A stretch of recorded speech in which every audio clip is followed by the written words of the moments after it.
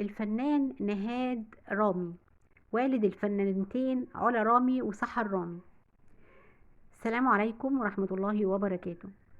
النهاردة هنتكلم عن الفنان نهاد رامي، وهو يعد واحد من الفنانين المهمشين في تاريخ السينما المصرية والتلفزيون المصري، وربما يعود السبب في ذلك إلى قلة أعماله وصغر مساحة أدواره وطبيعة أدواره اللي اتفرضت عليه بسبب ملامحه الأوروبية.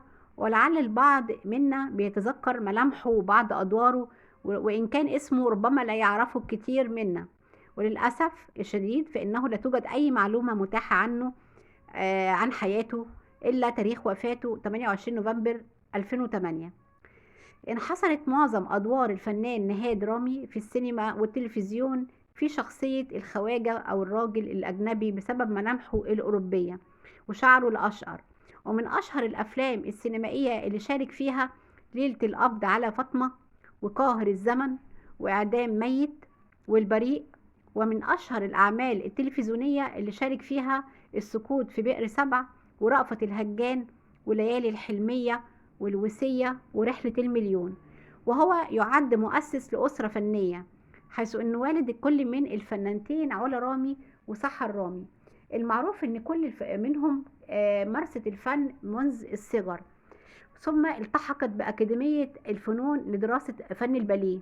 أما بداية علا رامي الفنية فقد كانت في طفولتها المبكرة، حيث ظهرت مع الفنان محمود مرسي والفنانة نادية لطفي في فيلم السمان والخريف، ومع الفنان رشدي أباظة والفنانة نادية لطفي في فيلم جريمة في الحي الهادي، ومع الفنانة سعاد حسني والفنان شكري سرحان والفنان صلاح منصور والفنانة سناء جميل في فيلم الزوجة التانية، ومع الفنان حسن يوسف والفنانة سميرة أحمد في فيلم السيرك، وغيرها من الأفلام السينمائية. ثم أكدت جدارتها الفنية في شبابها بدور ماجي شارلي سمحون في مسلسل رأفت الهجان، بالإضافة إلى دورها الشهير في فيلم حنفي الأبهة.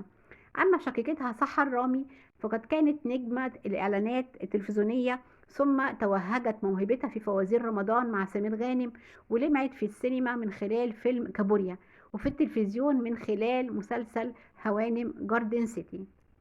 شكرا لكم، والسلام عليكم ورحمة الله وبركاته.